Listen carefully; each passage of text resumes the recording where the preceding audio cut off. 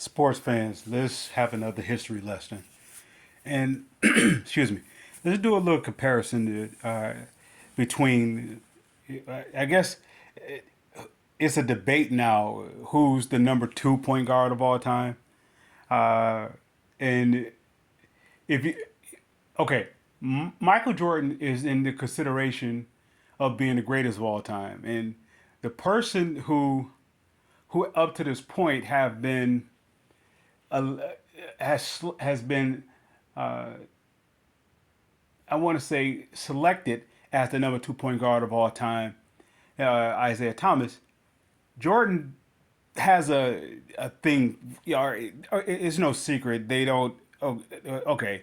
Uh, I'm not. I won't use the choice words that Jordan used uh, to describe what they are, or his view of Isaiah. So, but anyway, with that said, he said, regardless of that, of his view or how he may personally may have a reaction towards this individual, he puts Isaiah Thomas number two. Now he's Michael Jordan is considered or is in the consideration of being the greatest of all time. At least he's in the discussion. With that said, he says that Isaiah is number two. He said he has to give it to the guys that he played up against. Even though his personal reasons is he's dismissing that, he's pushing that to the side, and he's saying, okay, on the court, his talent, he said he's number two. He said Magic, then Isaiah. All right. So with that said, in the latest discussion or the latest debates now, I guess it's sort of like shifted from LeBron versus Jordan. Now it's Curry versus Isaiah. Here's where it's a default. Well, I won't call it a default. Let's rephrase that. Here's where it's actually a mistake to compare the two. It's not even about the era of basketball. Basketball is basketball. If you're a good player, you're a good player, regardless of any era. There's no debate that Kareem or Wilt Chamberlain would be dominant in if he was dominant in their day. If they were dominant in their day, they would be equally dominant in today's NBA in any era. That goes the self same way with Michael Jordan. Michael Jordan is jumping over people now. He'll be jumping over people then. Okay, so you are who you are, regardless of era. Larry Bird is going to be Larry Bird. If you are great, you're not a great because of the era that you played in. You're a great because of what you've done. With that said, Steph Curry realistically should be compared to the likes of Allen Iverson versus uh, Isaiah Thomas. Isaiah Thomas was slotted as we would say in the discussion of a pure point guard. That's where you have to do double duty. You have to uh, of course, ultimately get your teammates involved, which is assists, or which is totality, or is recognized by as assist, and then also then you have to be able to get yours as well. Now, if you look at Curry's game is or his the freedom of his game, uh, he has the light or he has the opportunity to do it as Iverson has done it. So if there should be a fair comparison, it should be a comparison between Curry and Iverson. And the reason why they won't compare it is because of the fact what? Iverson wasn't a bona fide pure point guard.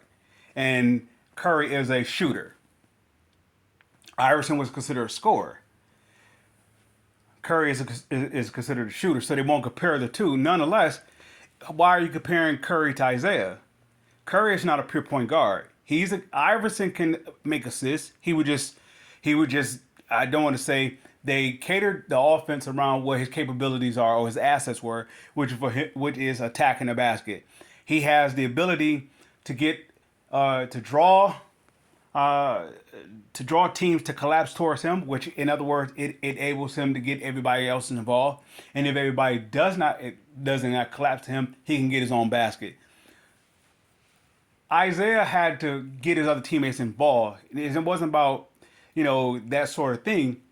So they had two. Isaiah and Iverson had two different type of game sets, or the game plan was catered to them differently. And the way that the game is catered, I mean, well, I could say I don't want to call it say Steve Kerr, But the way that the Golden State offense is catered towards how Steph, the best benefit Steph, right? So the same thing with Iverson. It's the same thing. The only difference is he has Klay Thompson next to him. That's the only difference. And Iverson didn't have really nobody next to him.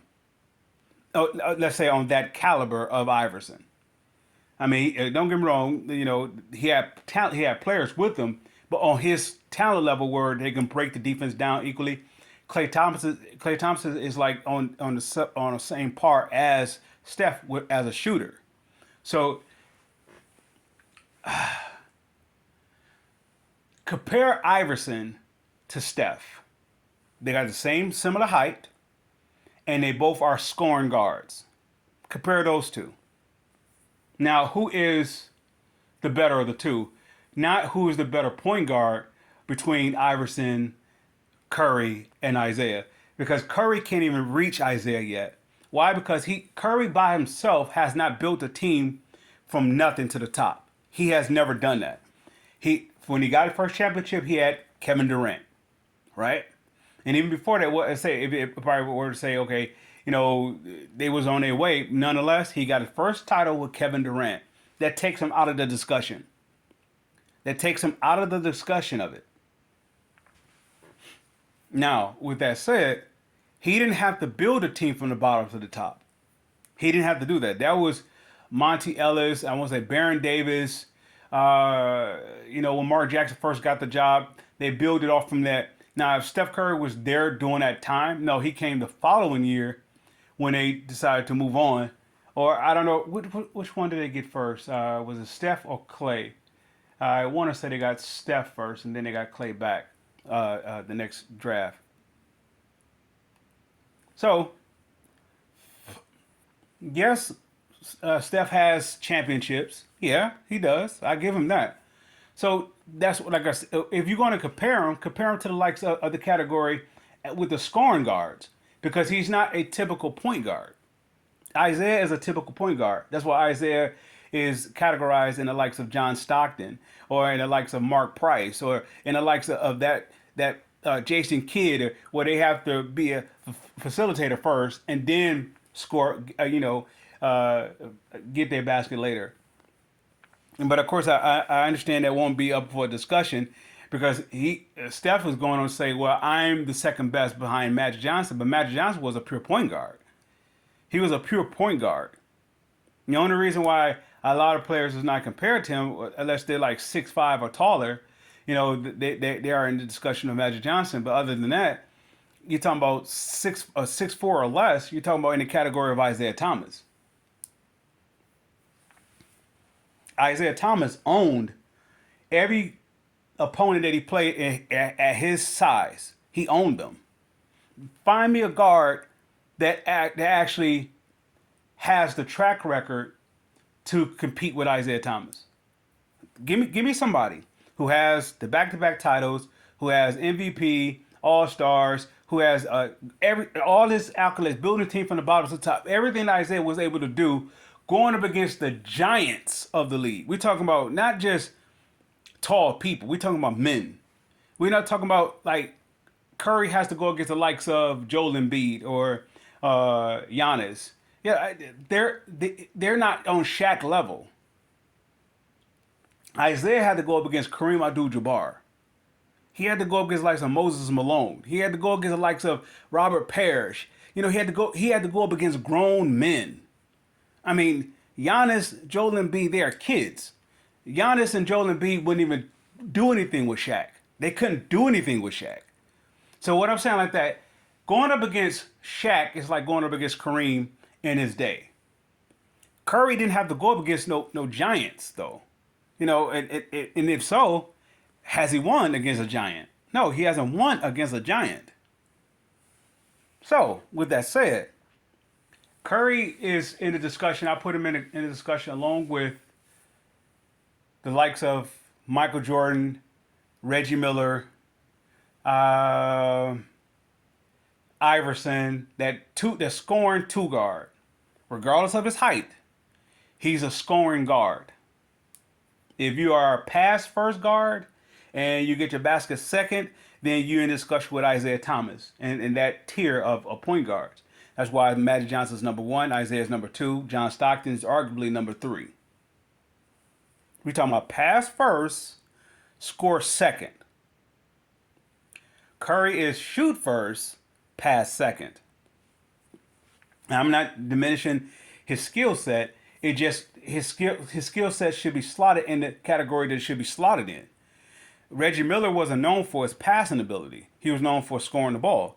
So he's in the two guard discussion with the Michael Jordans, the scoring guards.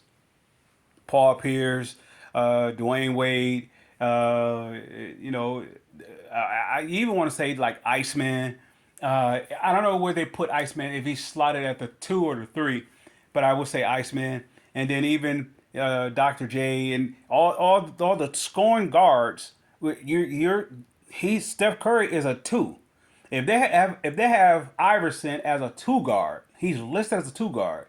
More so, he has the size of a point guard, but he's a two guard. So, who is better, Iverson or Curry?